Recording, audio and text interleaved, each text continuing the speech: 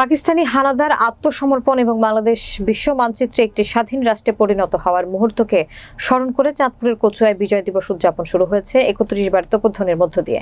বিজয় দিবস উপলক্ষে সূর্যোদয়ের সাথে সাথে উপজেলা চত্বরের স্মৃতিসৌধের শহীদ স্মৃতিস্তম্ভে প্রথমে উপজেলা প্রশাসনের পক্ষ থেকে পুষ্পস্তবক অর্পণ করা হয়।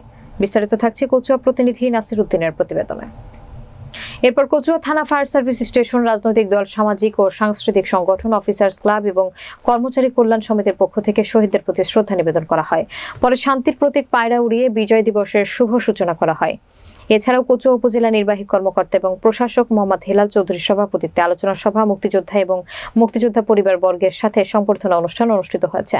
সারাদিন বিভিন্ন কর্মসূচি শেষে মিলাদ ও দোয়া মাহফিলের মধ্য দিয়ে মহান বিজয় দিবসের কর্মসূচি পালন সম্পন্ন হয়েছে।